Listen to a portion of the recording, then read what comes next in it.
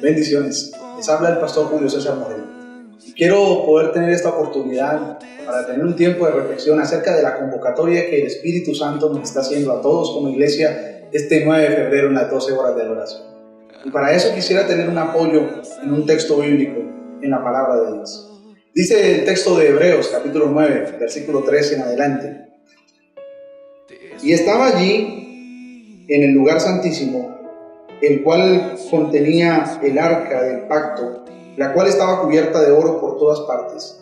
Esta contenía el maná, la vara de Aarón que reverdeció y las tablas del pacto, y sobre ella los querubines que la gloria de Dios y cubrían el propiciatorio.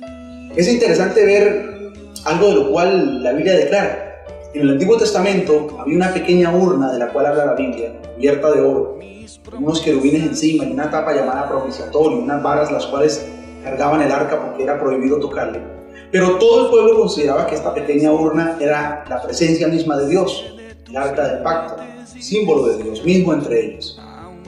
Pero qué interesante que Hebreos diga el contenido de ella, y que contenía básicamente tres cosas. La primera de ellas, maná.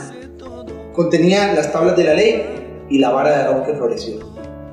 Eso es interesante poderlo ver desde el punto de vista de lo que contenía la caja. Si es símbolo de la presencia de Dios y eso tipificaba y tenía esas tres cosas, vale la pena reflexionar qué encontramos dentro de la presencia de Dios. Encontramos que había primero maná. ¿Qué es el maná? El maná era símbolo de la provisión de Dios, símbolo de que Dios te puede proveer aún en medio de un desierto y puede darte todo lo que tú necesitas. También estaban las tablas de la ley, que significaban la dirección de Dios, porque tal vez como todos tenemos que tomar decisiones, no hay nada mejor que tomar una decisión dentro de la voluntad divina de Dios, y más en el año de las proezas.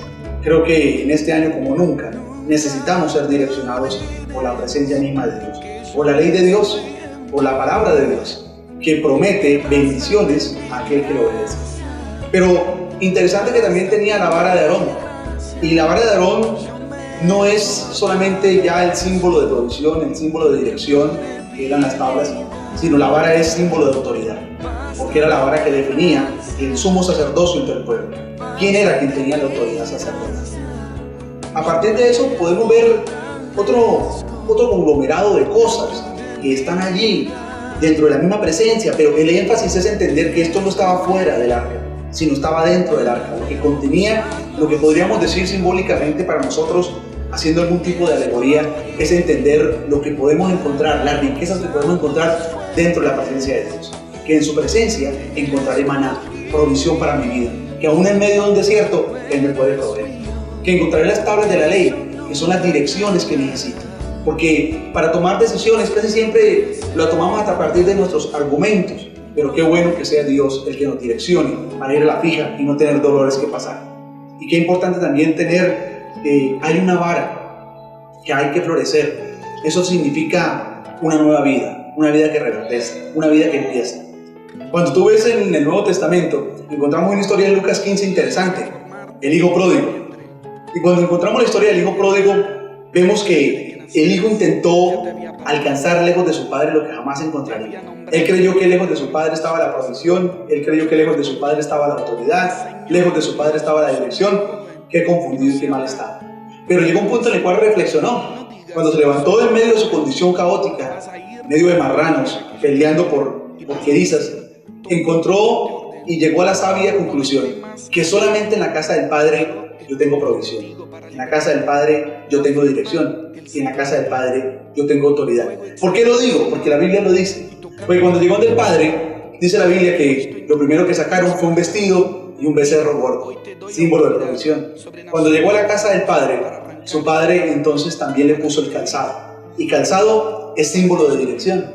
Eso fue lo que Dios le dijo a Moisés cuando estuvo con la zarza: quita tu calzado porque ahora te voy a dar una nueva dirección para tu vida. Pero también dice la Biblia que el Padre le dio un anillo, símbolo de la autoridad, representación del Padre, porque estos son los beneficios que alcanzamos estando en la presencia de Dios.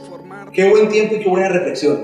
El Salmo 16 dice que en la presencia de Dios hay delicias a su diestra.